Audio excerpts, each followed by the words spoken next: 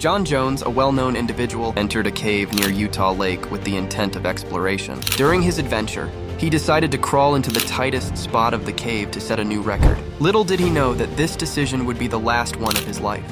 He was crawling through the narrow passages of the Nutty Putty Cave, a notorious spot known for its tight and tricky paths. Unfortunately, he took a wrong turn and ended up in an area of the cave where no one had ventured before, a space as tight as a coffin, where even moving a hand was impossible, and breathing was a challenge. Tragically, John became trapped upside down in this confined space.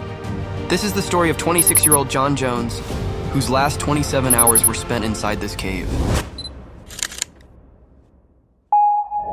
Nutty Putty Cave, a hydrothermal cave near Salt Lake City, Utah, was first discovered in 1960 by Dale Green. Since then, thousands of adventurous young people have visited this cave to test their skills. Nutty Putty Cave is famous for its narrow, slippery, and winding paths, with only one entrance, which is just 30 inches wide. Only those whose chest and waist measurements are less than 30 inches can enter. Approximately 20,000 people visited the cave annually to challenge themselves, but between 1999 and 2004, several accidents raised concerns about the cave's safety. At one point, a 23-year-old man was trapped in the cave for hours, and on another occasion, a young man was stuck upside down all night. These incidents led authorities to close Nutty Putty Cave in 2006. However, professional cavers argued that the cave should only be closed to inexperienced individuals, as they were the ones most likely to get stuck.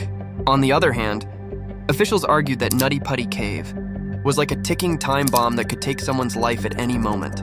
A debate between professional cavers and officials ensued, and in 2007, the cave was reopened with new rules. A management committee was established to grant access only to those with significant caving experience and professional equipment.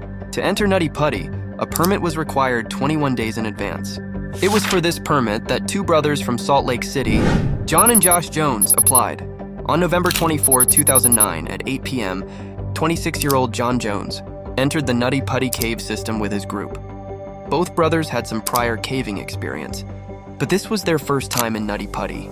Everything was normal for the first hour as they explored the largest cavity in the cave, known as Big Slide. This is where John, Josh, and two friends decided to take the risk of going deeper into the cave, toward the most challenging part known as the birth canal. The birth canal is so tight that very few people have ever dared to approach it. It's not only extremely narrow, but also difficult to locate. Many people have gotten stuck in the birth canal. But John, his brother, and two friends were in good shape, so they decided to proceed while the rest of the team stayed behind. The idea to go to the birth canal was John's, so he led the way. The path was so tight that John had to crawl on his stomach, thinking he was entering the birth canal, but he unknowingly took a wrong turn and ended up in a passage known as the corkscrew. The corkscrew was a spot that only the thinnest cavers could navigate. According to the cave map, John should have turned right towards the birth canal, but he went left instead. As he moved forward, the path became even narrower, and turning back was no longer an option. He kept going, hoping that the passage would widen ahead, allowing him to turn around. However, the situation worsened when he entered a dead end. Passage only 10 inches high and 18 inches wide. In this extremely tight spot, John became trapped upside down, his head below his feet, and with no room to move his hands. John made several attempts to free himself, but none were successful. At this point, John started calling for his brother. After a few minutes, Josh arrived, but could only see John's legs. Initially, he joked about his brother's predicament, but when he realized the severity of the situation, Josh panicked. He tried pulling John out by his legs several times, but this only made things worse. As John slipped further down, stuck upside down and unable to move, both brothers realized they needed professional help. The problem was that there was no cell signal deep inside the cave to call. Josh had to exit the cave to make the call, and then return to his brother's location. About 3 hours later, the first rescue team arrived. This team included Susie Matola, who spent 2 hours trying to free John, but he was wedged more tightly than they had anticipated. The space was so narrow that Susie even cut John's jeans to gain an extra centimeter of space, but this too failed. Eventually, Susie, exhausted, had to leave the cave. By this time, John's wife, daughter, and about 30 rescuers had arrived. The rescuers were considering various ways to free John, including amputating his legs, but they ultimately agreed on using a pulley system attached to John's legs to pull him out. The challenge was to drill into the cave's rocks to secure the pulleys without causing the rocks to break and block the path. Drilling began, but it was a slow and risky process. During drilling, some rocks broke loose and slid onto John.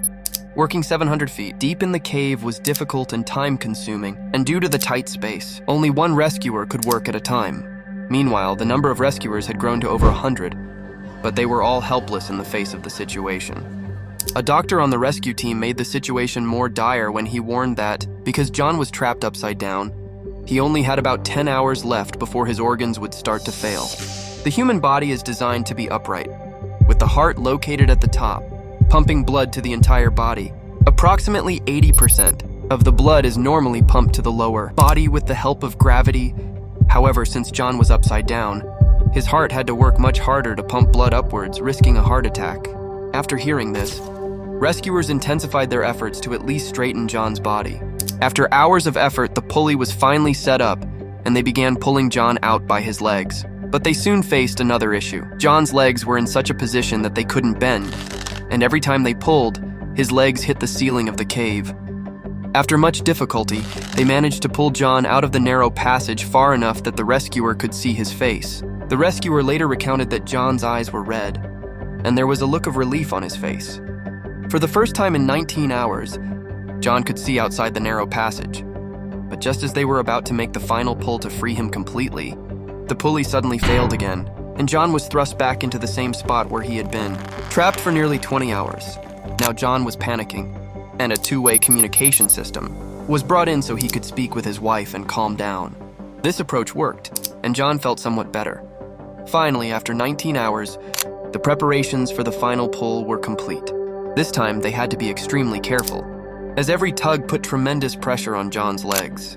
After much effort, they managed to pull him almost completely out. His face was now visible. But just as they were about to make the final pull to free him completely, the pulley suddenly failed again, and John was thrust back into the same spot where he had been trapped for nearly 20 hours. As a last attempt, rescuers tried drilling around John to break the rocks and free him. But by then, it was too late. John had stopped responding and moving. His wife also tried to revive him over the radio, but it was no use. At this point, a brave paramedic was sent down to check John's pulse. The worst fears were confirmed. John Jones was declared dead at 11:50 p.m. On November 25, 2009, John's wife could not believe that her husband had died due to such a small mistake. She hoped that maybe the pulse in his leg had been checked incorrectly and that her husband was still alive. But the truth was undeniable.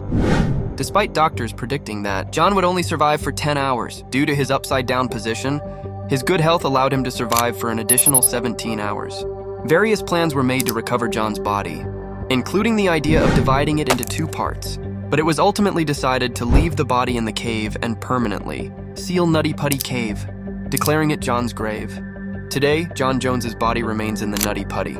As a reminder of the dangers of cave exploration, a plaque has been placed outside the cave in his memory.